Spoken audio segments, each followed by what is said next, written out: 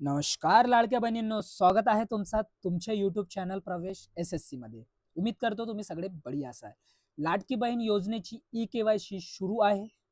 जर तुम्ही ई-KYC केली नाही तर तुमचे 1500 रुपये बंद होतील। आज मी तुम्हाला सांगणार आहे, तुम्ही घर बसल्या तुमच्या मोबाईलमधून, कम्प्युटरमधून, लॅपटॉपमधून तुम्ही तुमची ई-KYC करू शकता। अगदी सोप्या पद्धतीने आज मी तुम्हाला स्टेप बाय स्टेप ई-KYC कशी करायची हे मी तुम्हाला एक करून दाखवणार आहे।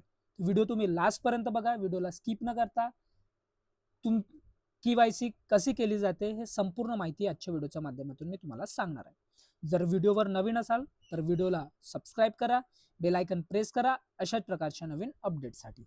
तर चला लाडक्या बहिणींनो, व्हिडिओला सुरू करूया। सर्वात पहिले तुम्हाला वेबसाईट घालायची आहे ladkibhin.maharashtra.gov.in। वेबसाईट घातल्यानंतर तुमच्या समोरील असं इंटरफेस येईल। इथे बघू शकता मुख्यमंत्री माझी लाडकी बहीण योजनेचे लाभार्थी ई-KYC प्रक्रिया पूर्ण करण्यासाठी येथे क्लिक करावे। इथे क्लिक करायचं। इथे क्लिक केल्यानंतर तुमच्या समोरील असं इंटरफेस येईल। असं इंटरफेस आल्यानंतर इथे तुम्हाला तुमचं आधार कार्ड घालायचं आहे। हा असा कॅप्चा इथे घालायचा आहे। कॅप्चा घातल्यानंतर तुम्हाला इथे मी सहमत आहे वर क्लिक करायचं आहे आणि OTP पाठवा यावर तुम्हाला क्लिक करायचं आहे।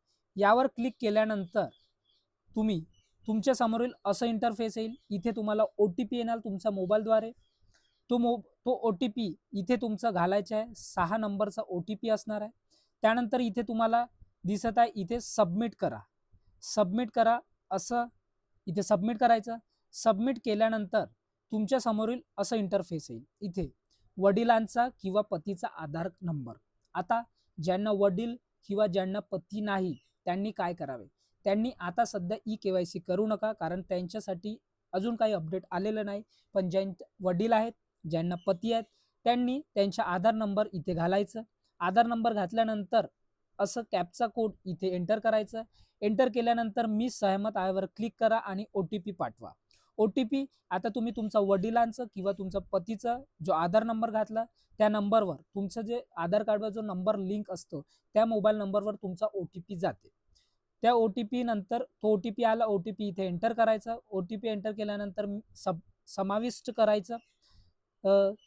सबमिट करा, सबमिट करा असं बटन आहे, तिथे क्लिक करायचं। तिथे क्लिक केल्यानंतर असं इंटरफेस येईल। आता हे अतिशय महत्त्वाचं आहे। तुम्ही बघू शकता, तुम्ही तुमच्या वडिलांचं किंवा पतीचं इथे नाव जे आधार नंबर घातला त्यांचे नाव इथे दिसणार। त्यानंतर तुम्हाला इथे येणार जात प्रवर्ग निवडा।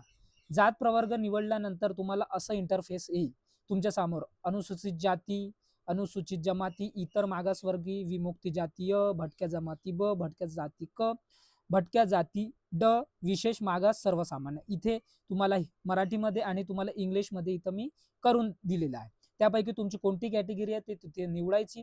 निवडल्यानंतर इथे आता तुम्हाला हा समजायचा हा पॉइंट इथे बघू शकता। हा पहिला, माझ्या कुटुंबातील सदस्य नियमित कायम कर्मचारी म्हणून सरकारी विभाग, उपक्रम, मंडळ, भारत सरकार किंवा राज्य सरकारच्या स्थानिक संस्थेमध्ये कार्यरत नाही किंवा सेवानिवृत्तीनंतर निवृत्ती वेतन घेत नाही।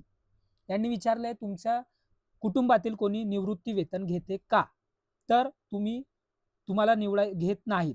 यांनी विचारलंय तुम्ही घेत नाहीत का, तर होय असं होय पर्याय तुम्हाला निवडायचा आहे। इथे तुम्हाला क्लिक करायचे। इथे क्लिक केल्यानंतर होय किंवा नाही येणार, तिथे तुम्हाला होय सिलेक्ट करायचा। होय आम्ही निवृत्ती वेतन घेत नाही। त्यानंतर इथे बाजूचा हा दुसरा पॉइंट, एक माझ्या कुटुंबातील केवळ एक विवाहित व एक अविवाहित महिला योजनेचा लाभ घेत आहे, तर इथे सुद्धा तुम्हाला होय निवडायचं आहे। तुम्ही 2 व्यक्ती घेत असाल, तुम्ही 3 व्यक्ती घेत असाल, पण तुम्हाला इथे होय निवडायचं आहे।